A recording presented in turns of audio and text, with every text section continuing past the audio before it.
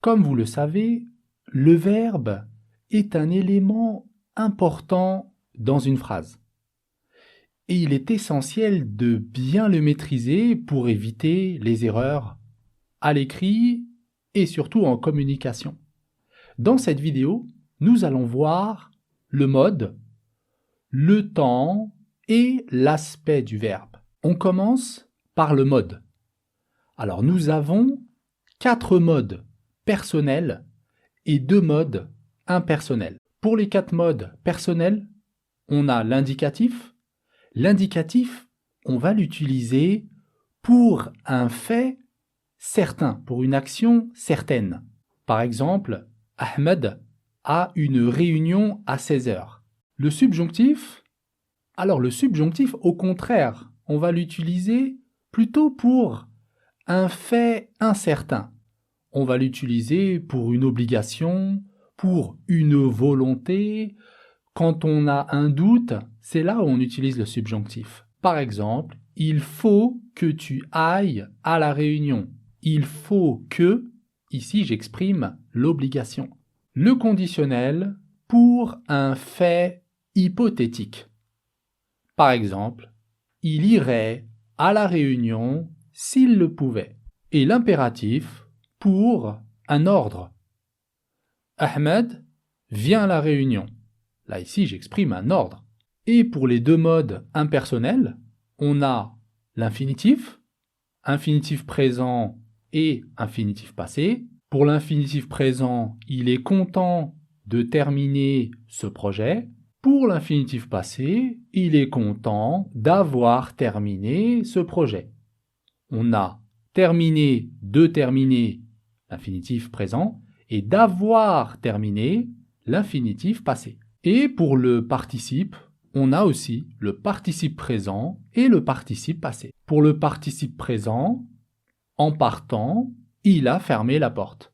Et pour le participe passé, étant parti, il a fermé la porte. Alors maintenant, on va parler des temps. Les temps nous permettent de nous situer soit dans le passé, soit dans le présent, soit dans le futur. On va voir aussi qu'on a des temps simples et des temps composés. Les temps simples sont formés d'un radical et d'une terminaison, suivant le temps qu'on va utiliser. Par exemple, je partais.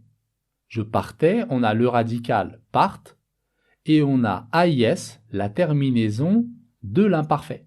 Au subjonctif présent, il veut que nous partions. Au conditionnel présent, nous partirions. Et au participe présent, on a partant, la terminaison du participe présent, ANT.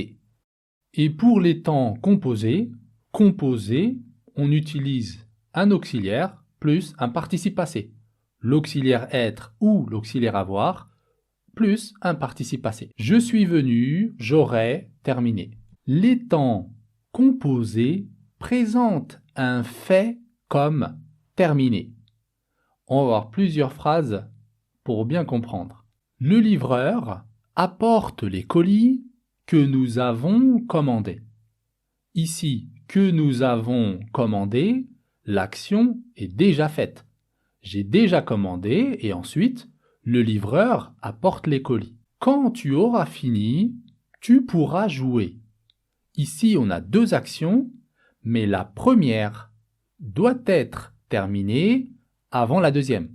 Et les 2 sont dans le futur. Tu auras terminé futur antérieur, tu pourras futur simple. Maintenant, on va voir l'infinitif présent. Je suis content de me promener avec vous. Je suis content de me promener avec vous. Ici, c'est une action présente. Et je suis content de m'être promené avec vous. Ici, on a une action passée. On a utilisé l'infinitif passé, être promené. C'est bien que tu viennes à la réunion. On a une action présente. On a le subjonctif présent. C'est dommage que tu n'aies pas apporté ton dossier.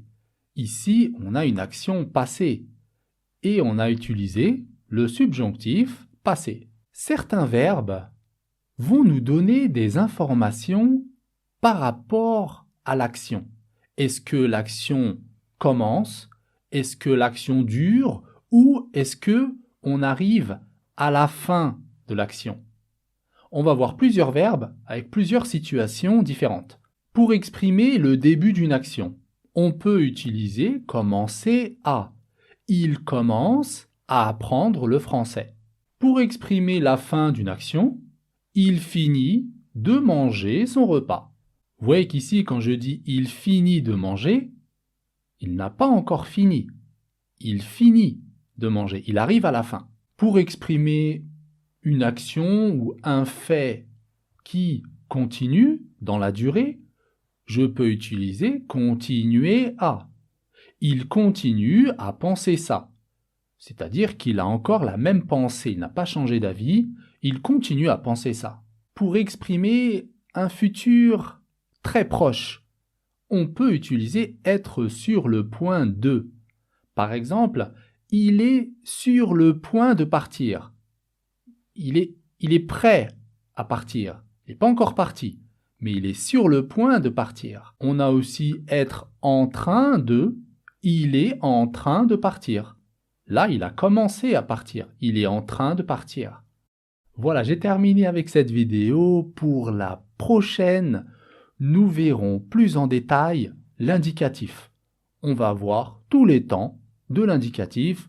On verra la construction, la conjugaison du verbe et nous verrons également l'utilisation, l'emploi du temps. Quand est-ce que j'utilise le présent? Quand est-ce que j'utilise l'imparfait, le passé composé, le futur antérieur, etc. Rendez-vous à la prochaine, Inch'Allah.